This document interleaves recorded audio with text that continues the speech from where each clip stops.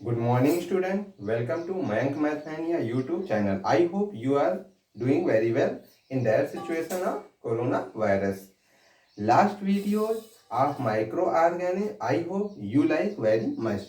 Today will discuss all about Alexander Fleming and his invention of penicillin antibiotic. तो सबसे पहले हम बात कर लेते हैं अलेक्जेंडर फ्लेमिंग का जो जन्म हुआ था 6 अगस्त 1881 में। इनके जन्म तक कोई भी एंटीबायोटिक नहीं थी। ठीक है, जितने भी यूज होता था वो एंटीसेप्टिक यूज होता था। ठीक, तो स्कॉटलैंड में इनका जन्म हुआ था जो कि यूके का ही एक पार्ट है। ठीक है, कंट्री अलग है लेकिन पार्ट यूके का है।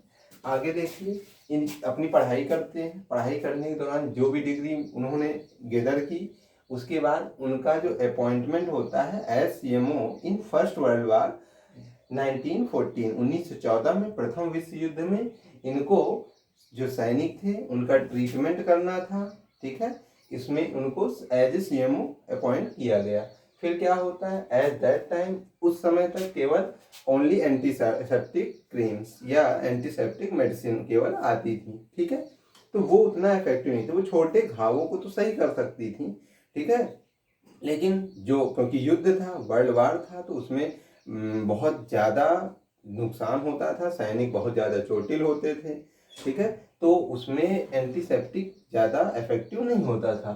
फिर जो है इफेक्टिव नहीं होता था, उसी दौरान कुछ दिन जब युद्ध चला, 1-2 साल में जब युद्ध हुआ, तो उन्होंने देखा क्या, एक दिन इनके ये ट्रीट कर रहे थे एक सोल्जर को, तो इनकी नाक से जो म्यूकस होता है वो निकला और उन्हीं के उस घाव में चला गया।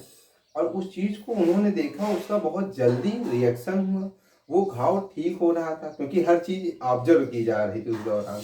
तो जो म्यूकस था वो देखा उन्होंने, एंटीबायोटिक वो मतलब कि बैक्टीरिया को मार रहा था, एज ए एंटीबायोटिक काम कर रहा था। ठीक है, तो फिर क्या हुआ, उसको नाम उन्होंने दिया लाइसोजाइम।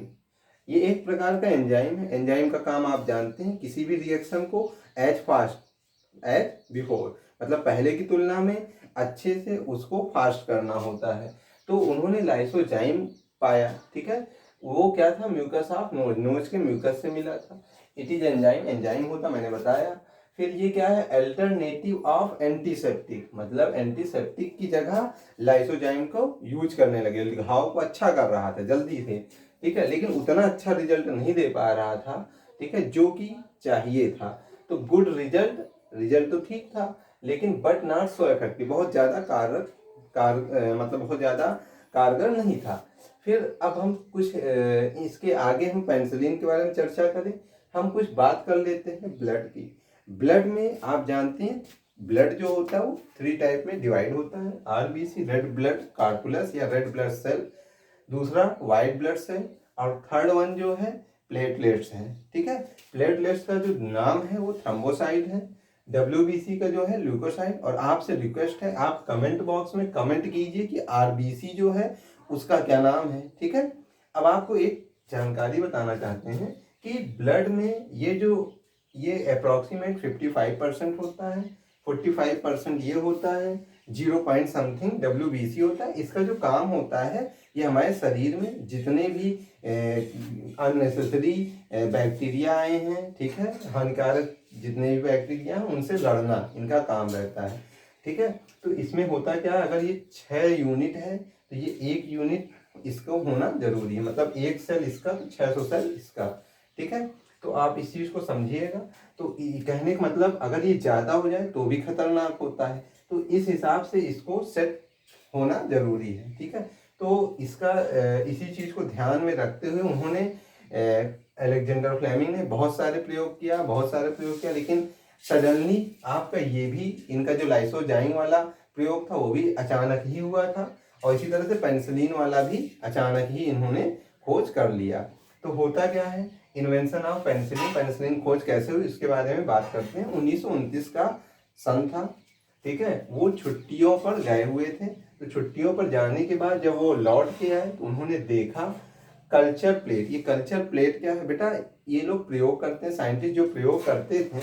ठीक है, बैक्टीरिया, क्योंकि इनकी पूरी जानकारी इनको बैक्टीरिया से रिलेटेड था कि हम कैसे बैक्टीरिया को किल करें। तो ये इनकी प्लेटें थी, उसमें वो बैक्टीरिया वगैरह को जन्म देते थे, ठीक है, उसको ब्रीड करवाते थे, उसके बाद उसी पे प्रयोग करते थे। तो हुआ क्या, उन्होंने खिड़की भूल से खोल रखी थी, उसी से धूल कण आ रहे थे। तो जो एयर में वेपर वगैरह होते उसी के थ्रू उस प्लेट पे, उस बैक्टीरिया वाले प्लेट पे धूल के कण आए, ठीक है। उससे क्या हुआ, फंगस आया।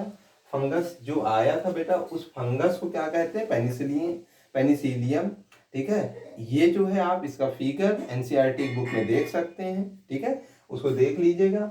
फिर ये पेनिसिलियम नामक फंगी आके उस प्लेट पे पूरा एक लेयर बनाया था। तो उन्होंने ऑब्जर्व किया कि उनके कई सारे बैक्टीरिया इस फंगस की वजह से मर चुके हैं। तो अब उन्होंने पूरा ऑब्जर्व किया, उन्होंने सोचा कि जब ये बैक्टीरिया इस फंगस से मर सकते हैं तो इसका मतलब हमारे शरीर में जो खतरनाक बैक्टीरिया है उनको भी मारने में इसको हेल्प लिया जा सकती है, इसकी हेल्प ली जा सकती है।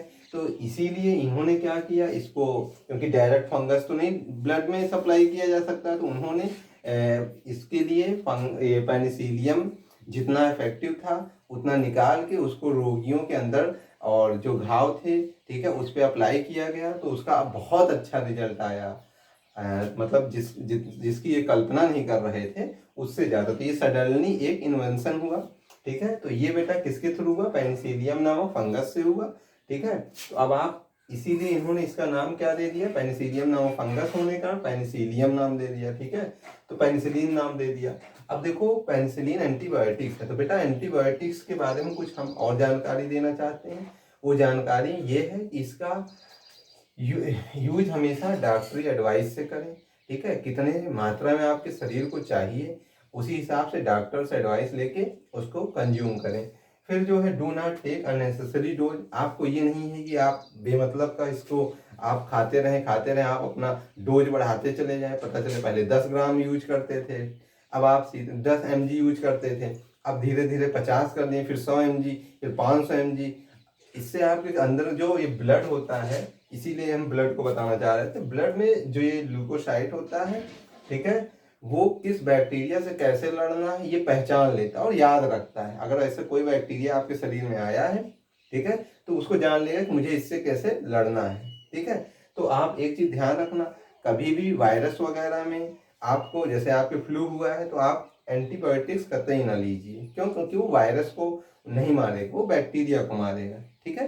तो एंटीबायोटिक्स में इन सारी चीज़ों को ध्यान रखना है, डोज नहीं लेना है अननेसेसरी, ठीक है, और हिसाब से डॉक्टरी एडवाइस पे आप इसको लीजिए, ठीक है। अदरवाइज आपके शरीर में, क्योंकि वो जो बैक्टीरिया है आपका, ठीक है, वो जो खतरनाक बैक्टीरिया वो भी जान जाएगा कि कितने mg, वो भी तो अपने उसी हिसाब से अपने आप को बलवान करता चला जाएगा, एज पावर बनाता चला जाएगा कि मैं ऐसे लड़ लूंगा, ठीक है।